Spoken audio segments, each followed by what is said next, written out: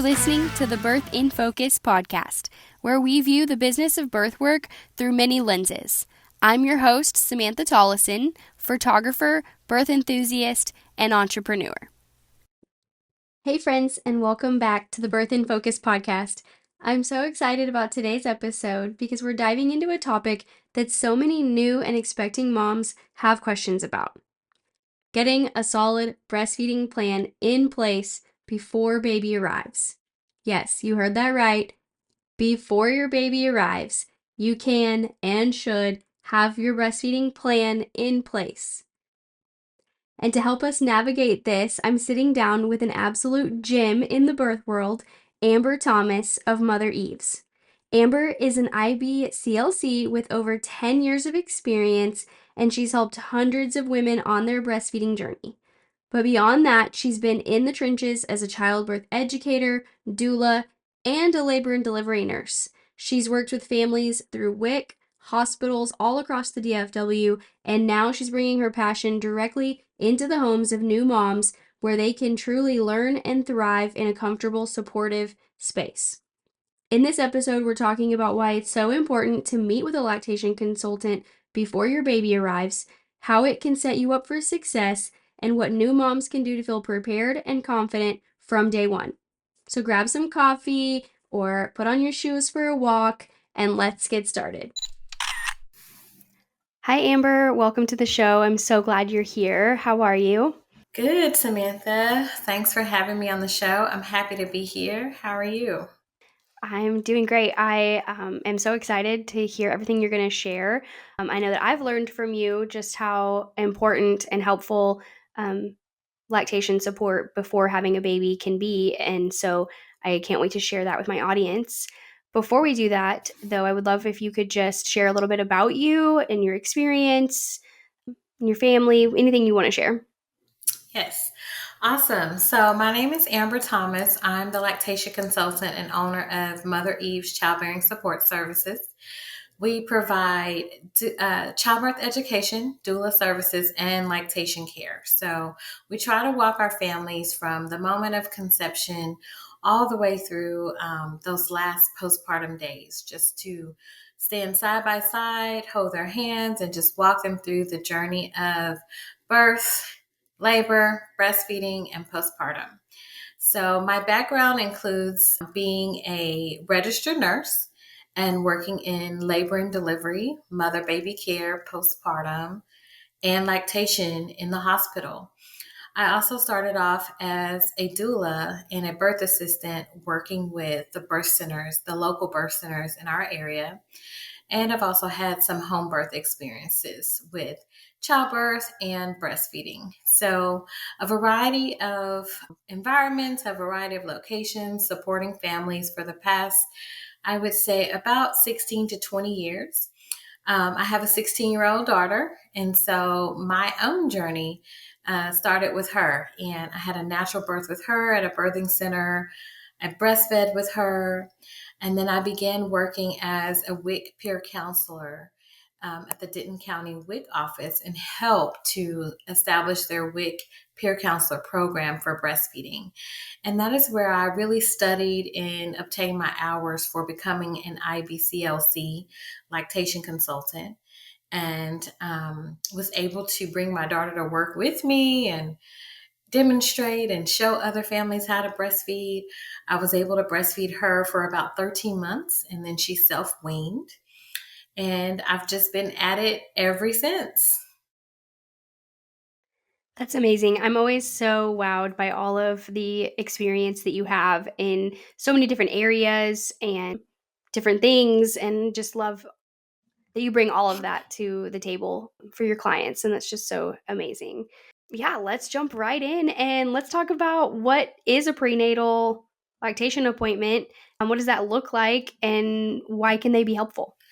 Yes, awesome, Samantha. So, prenatal lactation consults, or just basically setting up a lactation consult prenatally, typically in the third trimester, is what we would suggest, where you meet and interview with a lactation consultant to discuss your breastfeeding goals, your breastfeeding needs, any fears or anxieties you may have about breastfeeding. We discuss breastfeeding inventory and breastfeeding supplies. We go over your medical and reproductive history and anything that could interfere with or hinder your breastfeeding success. And we just have a complete overview and a complete customized plan for you and your breastfeeding goals. So it's similar to if you have a doula and you meet with a doula prenatally and you work on setting up a birth plan for your birth. So many of us are familiar with doulas and birth planning, but I noticed through our doula program that our moms who went through our entire program, which was starting with childbirth education, doula services, then lactation care, we noticed that they had better statistical outcomes with breastfeeding than our families who came in on the back end post birth. And so when we looked at the data, we were able to identify what was making the difference. And it was, of course, the prenatal lactation consult and setting up a feeding plan, a breastfeeding plan for those families who had enrolled in our childbirth education and doula services. So after looking at that data, we set up our lactation concierge program, which includes a prenatal visit and then 5 additional routine visits to get you through that first 6 weeks postpartum. And so during the prenatal visit, we can talk about your breast pump, which breast pump would be a good fit for you. We can help you get the breast pump ordered through your insurance. We can help do your flange fitting and sizing to make sure you're wearing the appropriate size. We talk about recommendations for nursing bras, nursing pads, nursing cream, nursing pillows. So there's some products that are better than others. And so we have a list of recommendations of the ones that we have found to be most fitting for most of our families. And so we have a recommendation list of those things. In addition to that, we try to customize the recommendations based on the mother herself. So each person may get a different recommendation based on their anatomy, based on their experience, and based on their goals. So I would say one of the biggest benefits of having a prenatal lactation consult is the customized experience and not having to go to Google or TikTok and rely on that information, because that information can be very generic and may not apply to you. Exactly. Yeah, I love that. And I think that your unique skill set and just all of your experience and everything that you know, all of your wisdom just really plays into that and makes that customization so easy, to do, I guess, for you with your clients. Like it's just makes it all the more worth it. Absolutely. I definitely combine all the different experiences and implement it into the plans that we're developing for each and every mom that we meet with. I'd love to hear a few stories about common questions or concerns that your clients have, things that you're talking with them about at these prenatal appointments as they prepare to breastfeed their babies, as well as maybe just some current trends you're seeing amongst breastfeeding moms right now and how you're supporting them through those things. Yes, so there seems to be a new trend out called colostrum harvesting. And this is where moms start to hand express or collect some of their colostrum prenatally. And so there's a lot of information about that out right now. A lot of moms who are trying to do that. But I do want to put a precaution out there for that. So colostrum harvesting is something that we've not typically done in the past. It can be beneficial for specific situations. I don't recommend that all moms do colostrum harvesting or hand expression while pregnant. Some people tend to think that if you do that, it will increase your milk production on the other end, but that's not necessarily true. The reason why colostrum harvesting may be beneficial is if you test positive for gestational diabetes.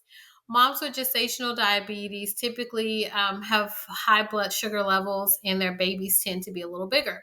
So those babies that you see on the news that are like 10, 11, 12, 13 pounds, they usually have mothers who have gestational diabetes. And so typically what happens with larger babies when they're born, their blood sugar drops.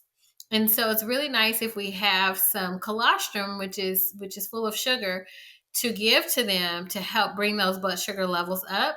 And this may help reduce the chances of them needing to supplement with formula or donor breast milk if mom has some colostrum on hand. So that's one benefit to colostrum harvesting, which is very specific to a very specific situation. Otherwise, I would caution moms from colostrum harvesting because it can actually cause you to go into preterm labor. It can actually cause you to start having contractions sooner than we like, which is okay for someone with gestational diabetes because typically their babies are bigger and their doctors typically want to induce them anyway. And so stimulating the breast may not be such a bad idea to help them naturally stimulate labor. But for others who are not experiencing gestational diabetes, I would caution you about doing that just because it Yeah, can cause preterm labor. So that's one I love that you that I brought get that lots up of because questions I about. actually have seen a huge uprising in, I didn't know what to call it, colostrum harvesting in mom groups lately. It's there. I'm seeing more and more posts, and I had kind of wondered myself, like, where is this coming from? Why? Like, I just saw a post the other day. A mom was really worried because her colostrum wasn't yellow; it wasn't the right color, and so there was like all sorts of questions about like, well, what baby is this for you? And like, just like all these questions, and moms are all like ordering all these syringes, and I've seen it before, but yeah, I've definitely noticed a huge Mm-hmm. uptick in the amount of moms on mom groups who are doing that, and I was like, where did you guys get like this idea? Like, who told you all that you needed to be doing this? Like, you don't have to do that. Like, but once one or two Yes. do it, then they all start thinking, oh, I guess I should be doing that too. I should do that too. Where did you order those? Like, send me the link, and it just Yes. spirals from there. And now every mom is doing it, and then they're all Ye- stressing themselves out about it. It's just one more thing to stress about. Exactly. I think we just have to be careful on what Yeah. we consume with social media. When I asked my moms, where did you get this? The Yes. number one response is TikTok. And not to say that's bad, but the thing is, whatever's being put out on TikTok Mhm. could be for a specific situation. So it could be that they saw someone colostrum harvesting, and maybe they didn't include the fact that we're doing this for Mhm. gestational diabetes. So moms are like, oh, they're doing it, I should be doing it, not realizing that the circumstances are different. And I think we can apply that to other areas that moms are concerned about or looking into. We have moms that are Mhm. doing extra pumping to bring their milk in, and then when they end up with oversupply, mastitis, plugged ducts, because they saw that, oh, if I pump more or if I pump to relieve engorgement.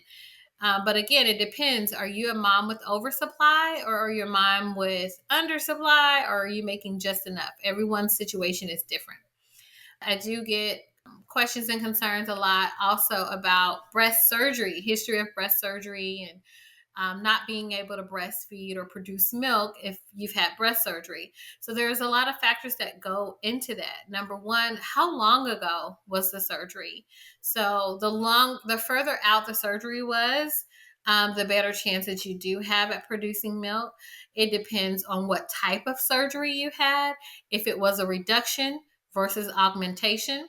So we do see more supply issues with reduction than we do with Interesting. augmentation. Even with augmentation, what type of procedure was done? Was it under the breast? Was it under the muscle? Was it under the armpit? Was it a periareolar incision where they cut off the nipple and sewed it back on? There's a difference with the type and technique of surgery that was done. So, this is why it's important to get these things assessed with a lactation consultant prenatally so that you can have a customized experience.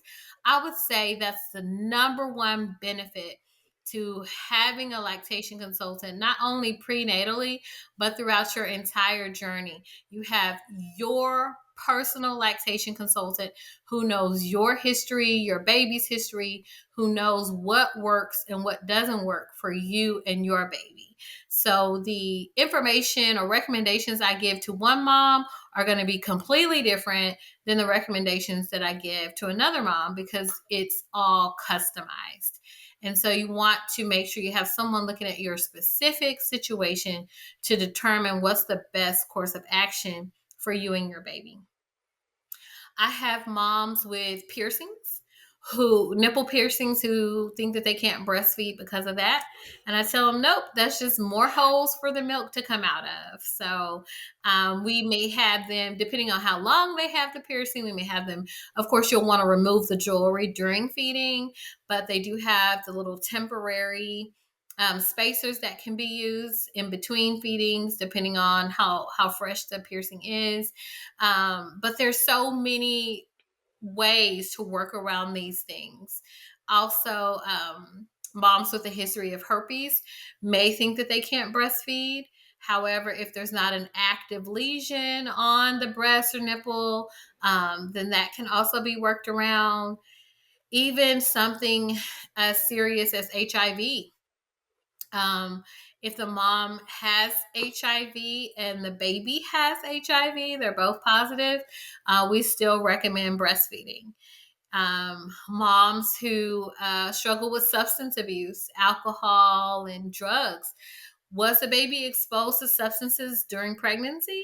If so, then there's already been some damage done. So the benefits of breastfeeding are actually going to outweigh the risk if the baby's already been exposed prenatally. So again, this just goes back to having your lactation consultant dive into your history and what's going on with you and your baby, and looking at those specific details so we can see where we can maneuver and accommodate your breastfeeding goals. We're familiar with postpartum depression, but we're seeing an increase with postpartum anxiety, as well as prenatal anxiety and prenatal depression. And so there's been an uptick in prescription medications for anxiety and depression. And many moms have been told that they can't breastfeed with this specific medication. And I am finding that to not be true in most cases. So the most common is Xanax. And so we can look up the specific details on Xanax. We need to know the dosage that the mom is taking, because the dosage will determine how much is getting into the breast milk, if any is getting into the breast milk. And does it affect the baby, or does it just affect the supply? So again, we have to look at those specific details to see what the mother is taking, how much, and who and what it affects. So because most people don't know these specific answers, we keep it generic and just say no. Just like, if you go to the pharmacist, if they haven't looked it up and they don't know if it's safe, or there's not enough research or evidence, they're just going to tell you no to be on the safe side for liability purposes. But lactation consultants have access to resources and databases that give us specific breakdowns of the type of molecule, how much of it gets into the breast milk, how long it stays in the breast milk. So we have access to really look at that and customize that for you. So I've had situations where moms are going into surgery and they're receiving certain types of dyes, and I have to tell them to maybe pump and dump for 4 hours, and then you can resume breastfeeding. That's very different than you can't breastfeed and just ending your breastfeeding journey right then and there. So this makes it really important to have a prenatal relationship with the lactation consultant. Also, making sure it's a good fit, making sure it's a good personality fit. You would interview and meet with a lactation prenatally, just like you would your OB or your midwife or your doula. We do such a good job of planning and preparing for birth, but then we completely put off postpartum and feeding because, well, we'll deal with that when we get there. I would love to kind of hear some of your thoughts, or like maybe some comparisons on, moms who saw you prenatally and how they were feeling immediately postpartum, like kind of, or how they felt, like if they said like, oh, like because I met with you like beforehand, when this happened, I was ready, or I knew what to expect, or hey, I'm a week postpartum and thanks to everything we did before, everything's going great. And like, like, did they even need those postpartum appointments, after or not? And just like kind of where their heads were immediately postpartum at that first visit with them compared to moms who did not have prenatal support with you. I would love to know what kind of breastfeeding support you're able to give partners or dads. Like, do they often attend these prenatal appointments? And what sort of questions do they have? Or what sort of advice and suggestions are you giving to partners for how to support moms during their breastfeeding or feeding journeys? Okay, take the floor. Great question, Samantha.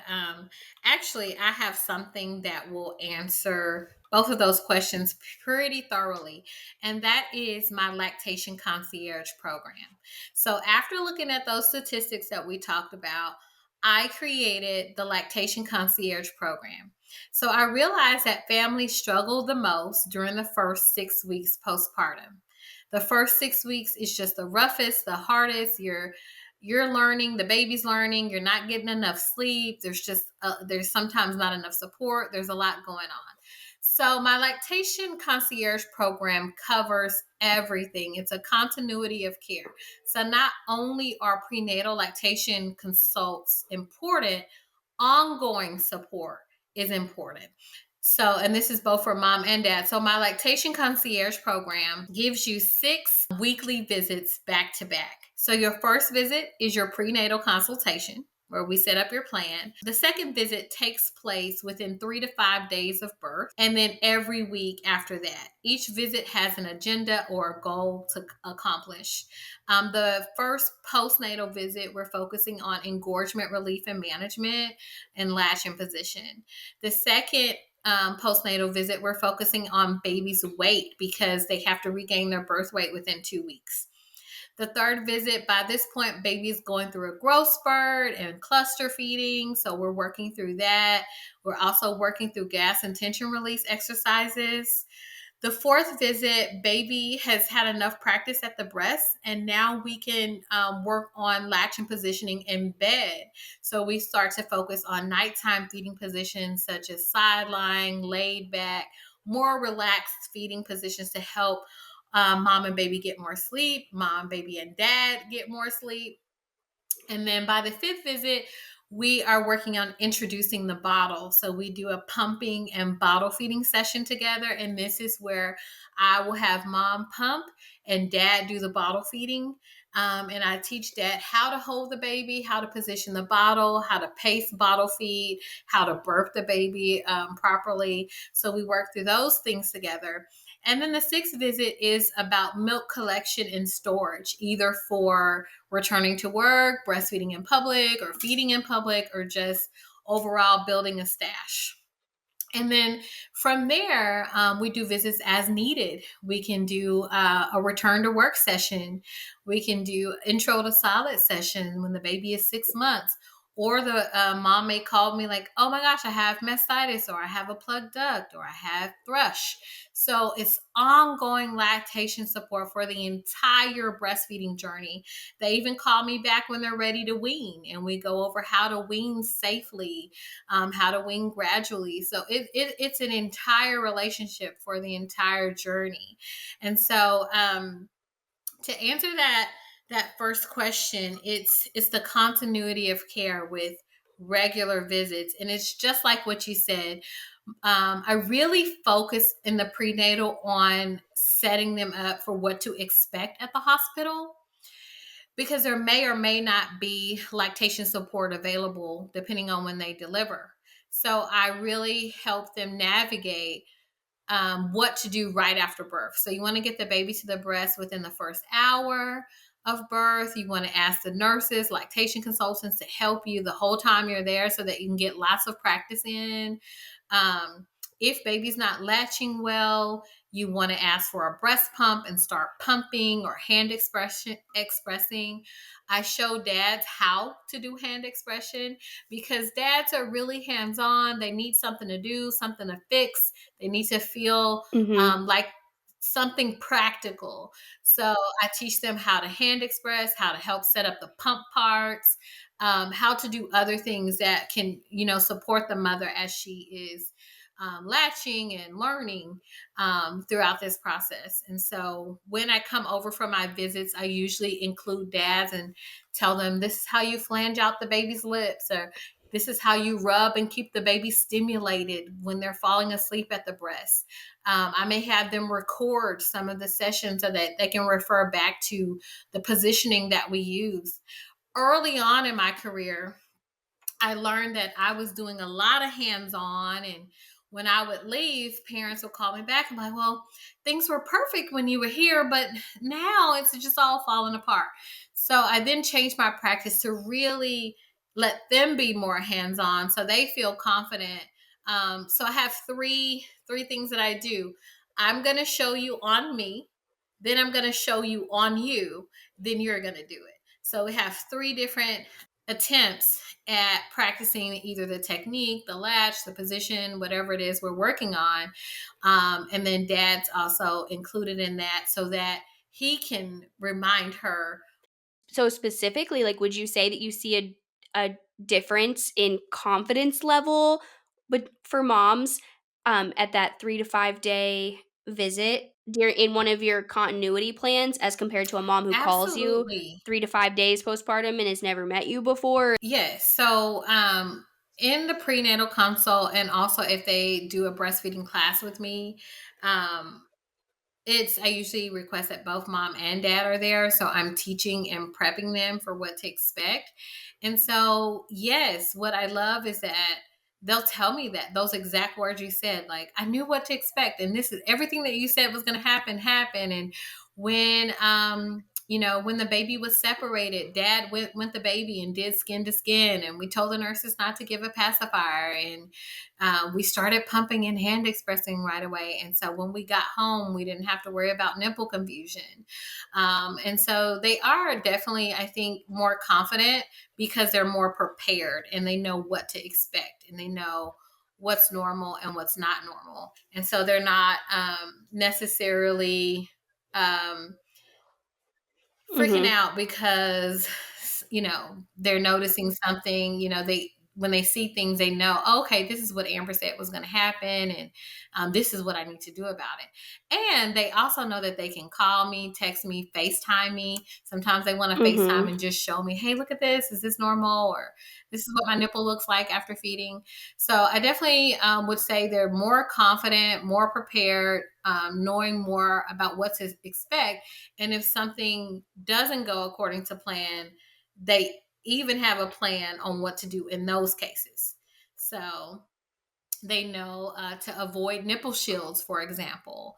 And so if baby's not latching, we just pump and syringe feed. So I talk to them Mhm. about that until I can get to them. Mhm. So they have a plan for a plan.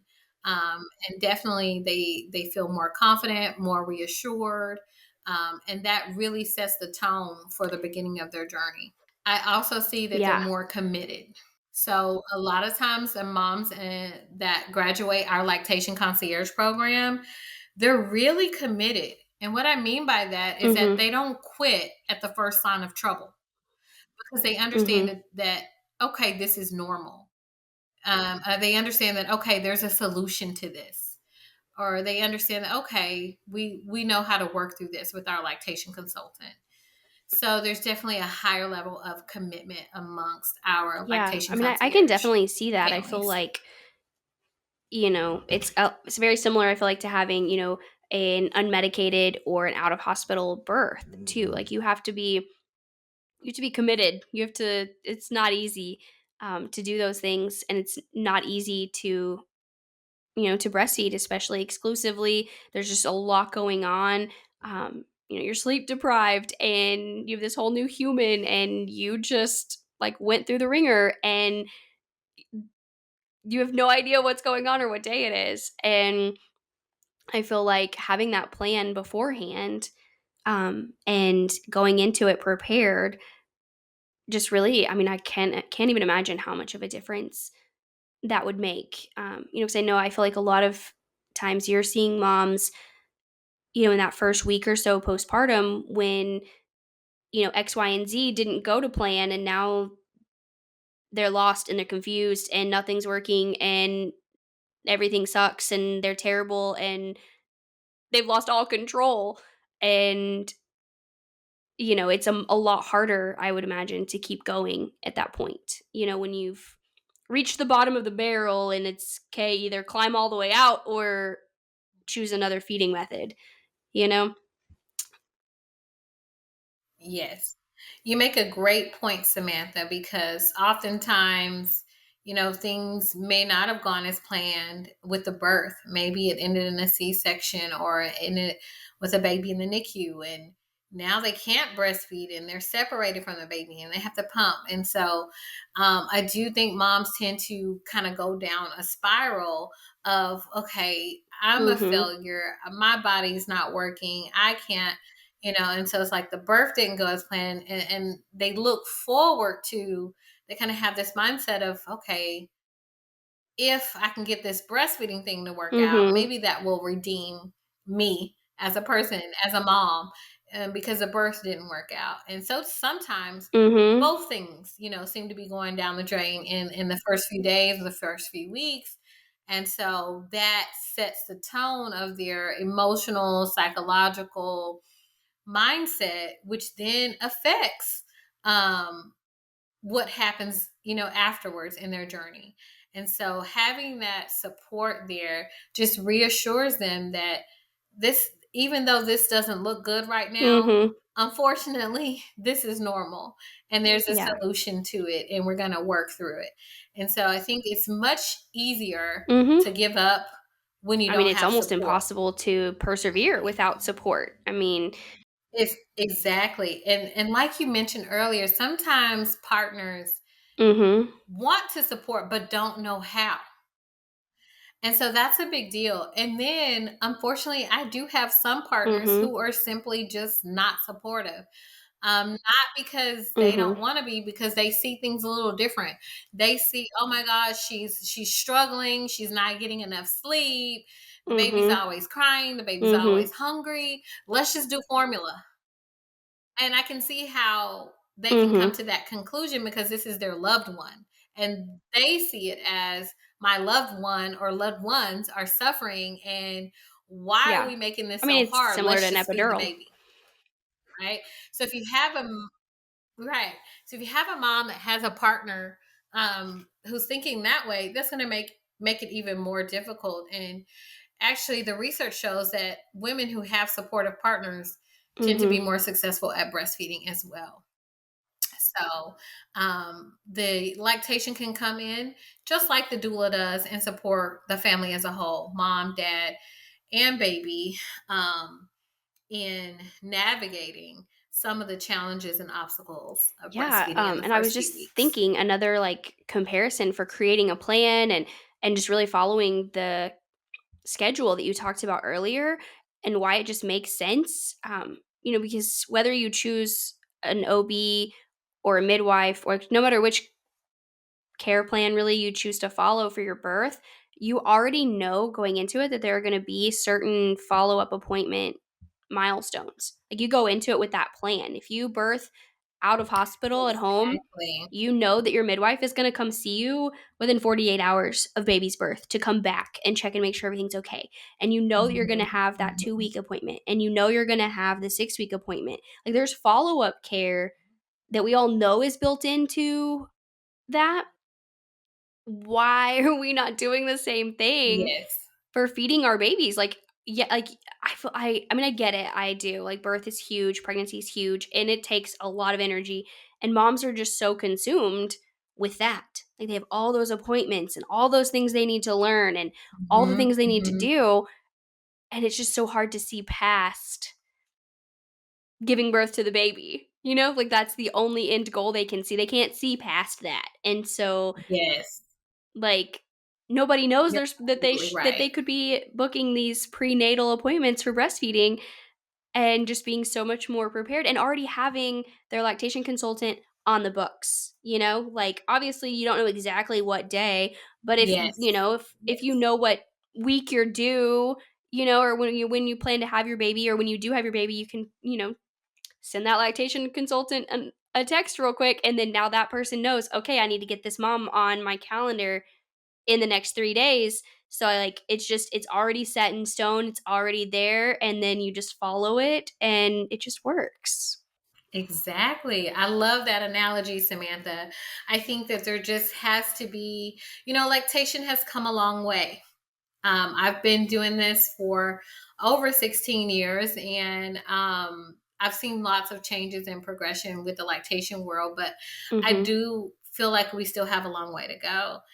Same thing with the doula world. Doulas and the awareness has come a long way as well.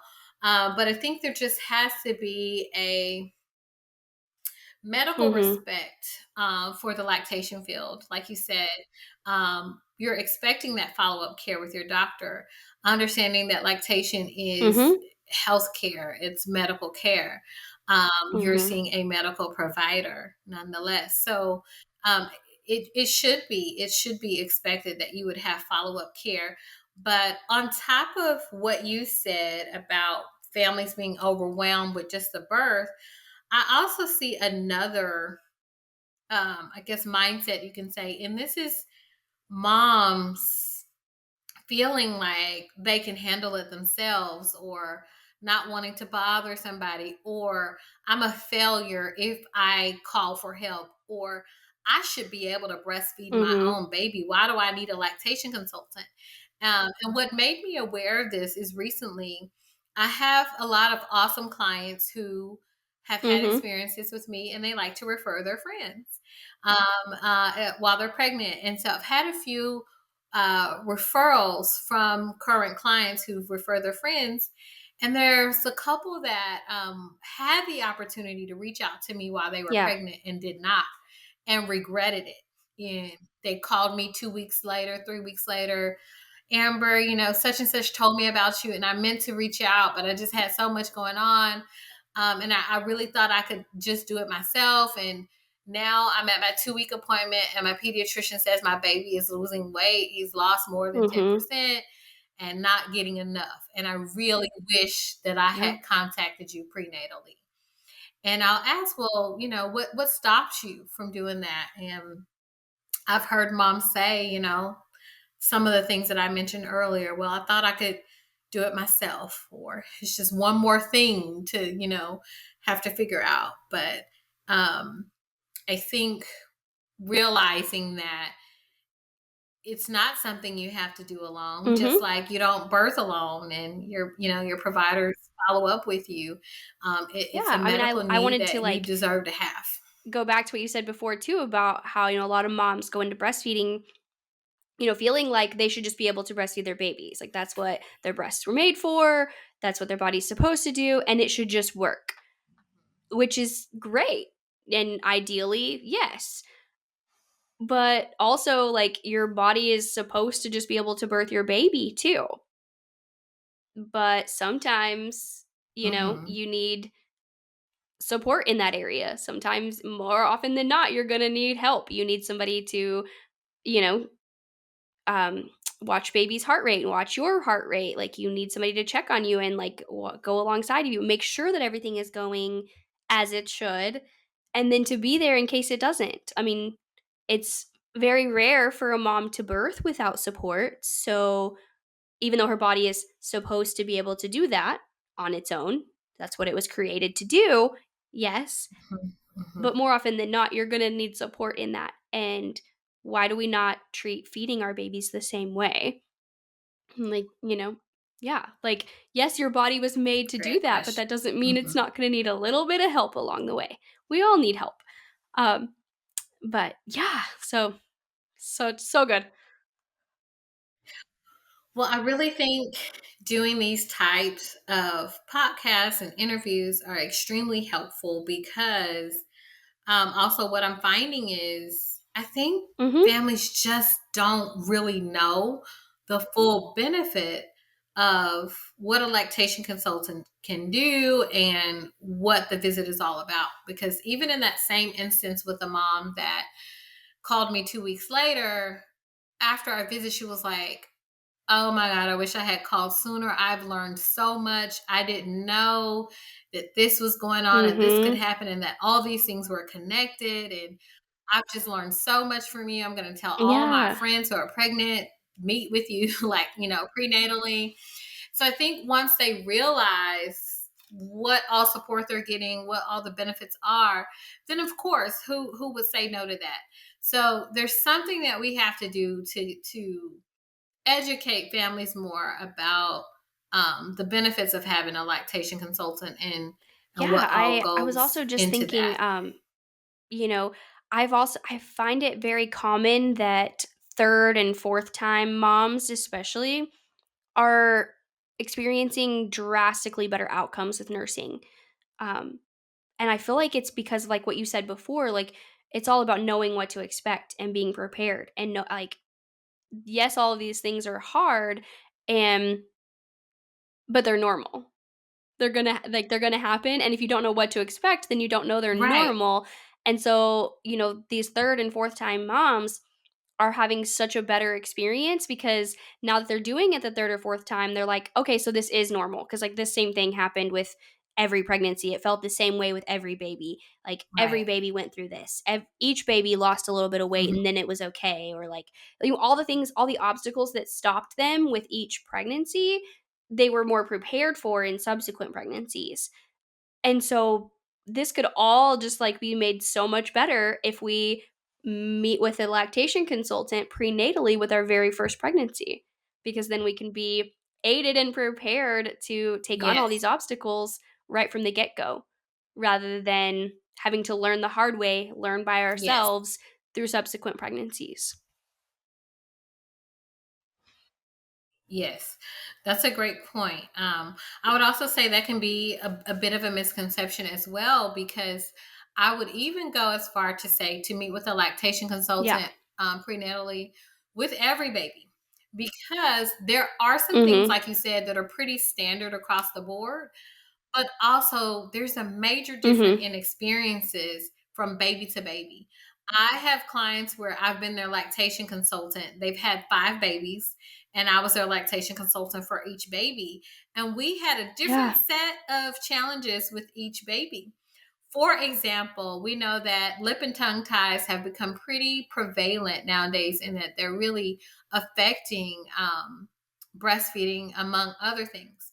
But I had a client who genetically that Mhm. lip and tongue ties just ran in their family, and all 5 of her babies had lip and tongue ties, but their Interesting. symptoms manifested differently. So the symptoms that the first baby had were really dramatic and obvious, and we had to get that taken care of.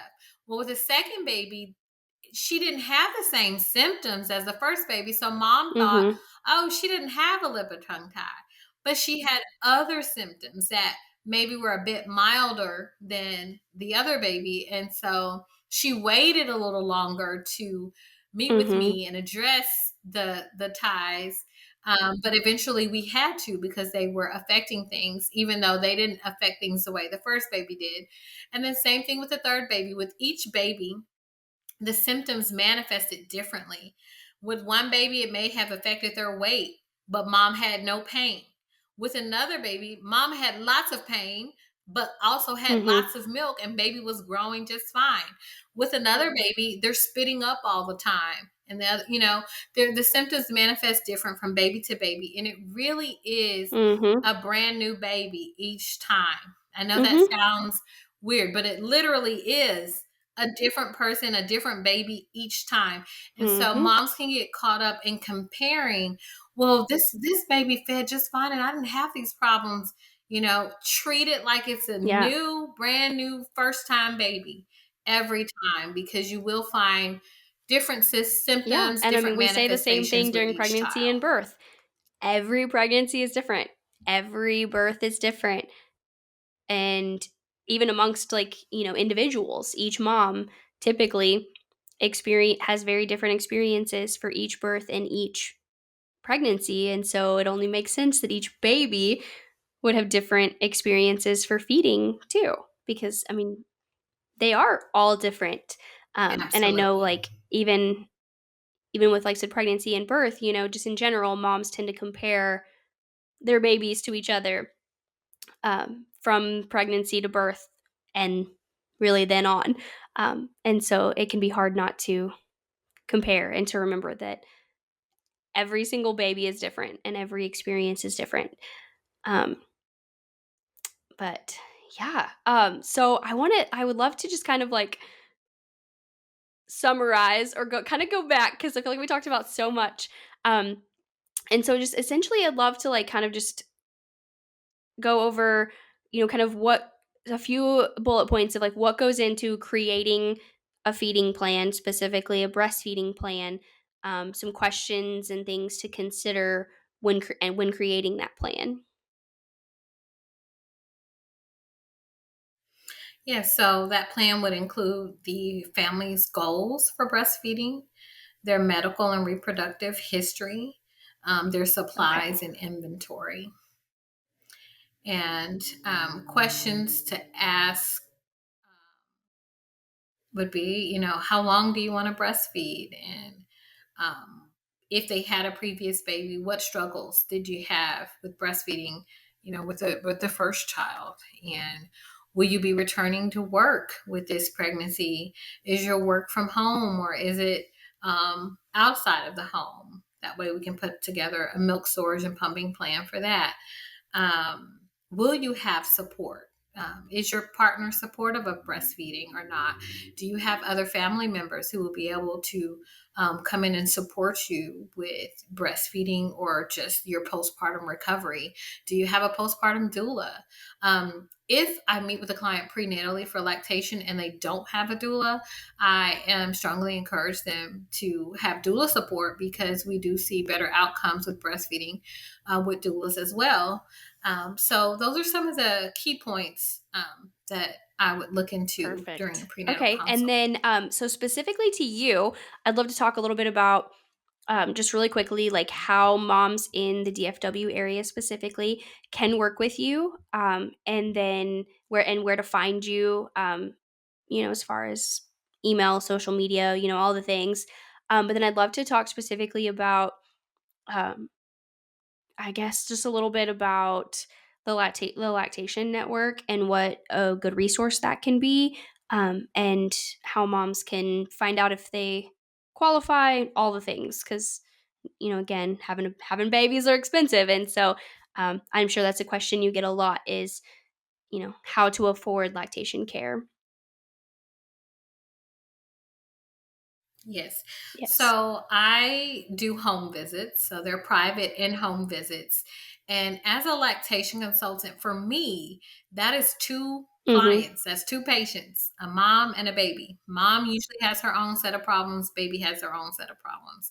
And so that one, I'm coming in home, and then two, I have two patients. So it's a little different than you going to your doctor or your midwife. You're going to them, and usually you're going to two different Mm-hmm. doctors for two different things. So there's a doctor for the mom, there's a doctor for the baby.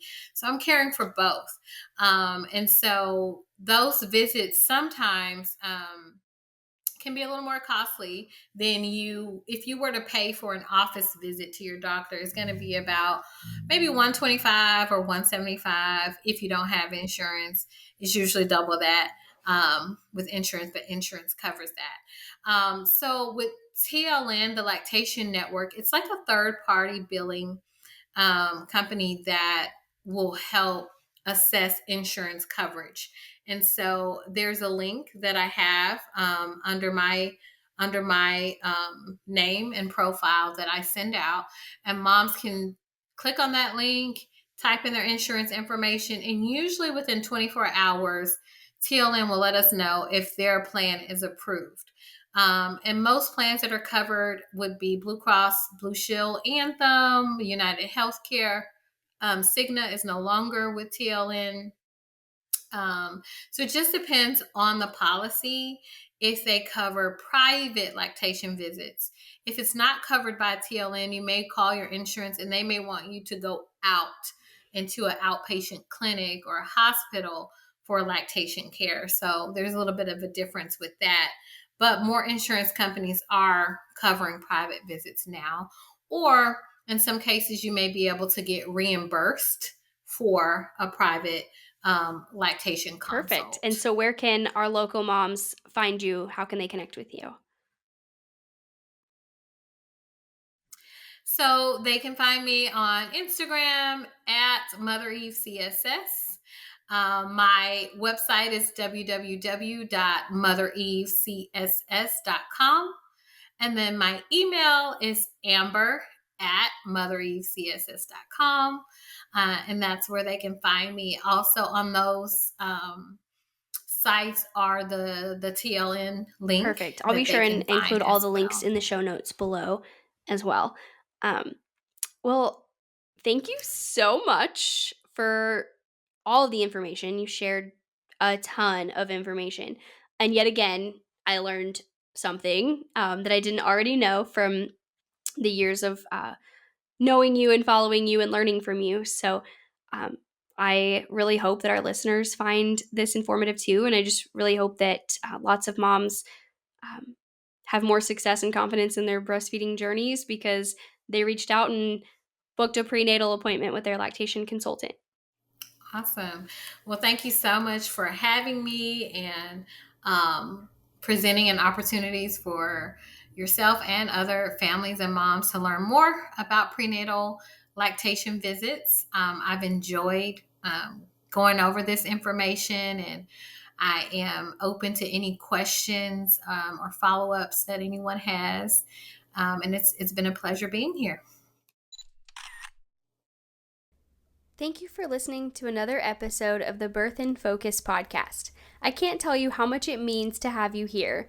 If you enjoyed this episode or any other episode of the show, consider leaving a 5-star review.